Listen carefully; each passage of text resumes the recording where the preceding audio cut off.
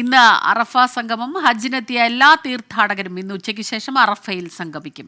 ഇന്ന് രാത്രി മുസ്ദലിഫയിൽ തങ്ങുന്ന തീർത്ഥാടകർ നാളെ രാവിലെ മിനായിൽ തിരിച്ചെത്തും. ഹജ്ജിന്റെ ഏറ്റവും പ്രധാന കർമ്മമായ അറഫ സംഗമത്തിനായുള്ള തയ്യാറെടുപ്പിലാണ് തീർത്ഥാടകർ. ഇന്ന് ഉച്ചയോടെ 20 ലക്ഷത്തിലധികം വരുന്ന തീർത്ഥാടകർ അറഫയിൽ സംഗമിക്കും. ഹജ്ജിനെത്തിയ എല്ലാ തീർത്ഥാടകരും ഒരേ സമയം അനുഷ്ഠിക്കുന്ന ഏക കർമ്മം, പ്രാർത്ഥനയ്ക്ക് ഉത്തരം ലഭിക്കുമെന്ന് അള്ളാഹു ഉറപ്പു നൽകിയ കർമ്മം. ഇങ്ങനെ നിരവധി പ്രത്യേകതകൾ അറഫ സംഗമത്തിനുണ്ട്.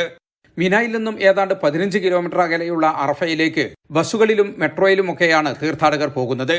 അറഫയിലെ മസ്ജിദ് നമറയിൽ ഇന്ന് നടക്കുന്ന നമസ്കാരത്തിനും ഖുതുബക്കും ഹറം ഇമാം ഷെയ്ഖ് മാഹിർ അൽ മൊയക്കലി നേതൃത്വം നൽകും.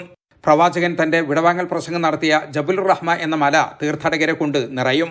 മക്കയിലെ വിവിധ ആശുപത്രികളിൽ ചികിത്സയിൽ കഴിയുന്ന തീർത്ഥാടകരെ ആംബുലൻസുകളിൽ അറഫയിലെത്തിക്കും.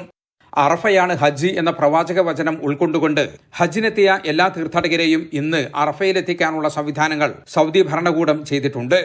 ഇന്ന് പകൽ മുഴുവൻ അറഫയിൽ പാപമോചന പ്രാർത്ഥനകളിലും മറ്റും ഒഴുകുന്ന തീർത്ഥാടകർ സൂര്യൻ അസ്തമിച്ച ശേഷം 15 കിലോമീറ്റർ അകലെയുള്ള മുസ്ദലിഫയിലേക്ക് നീങ്ങും. മുസ്ദലിഫയിലെ തുറന്ന മൈതാനത്താണ് ഇന്ന് രാത്രി തീർത്ഥാടകർ കഴിയുക. മിനായിലെ ജംറകളിലെറിയാനുള്ള കല്ലുകൾ മുസ്ദലിഫയിൽ നിന്ന് ശേഖരിക്കും.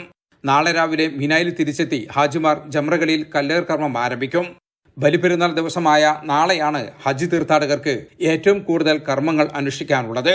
മിനായിൽ നിന്നും ജലീൽ കണമകലം, 24.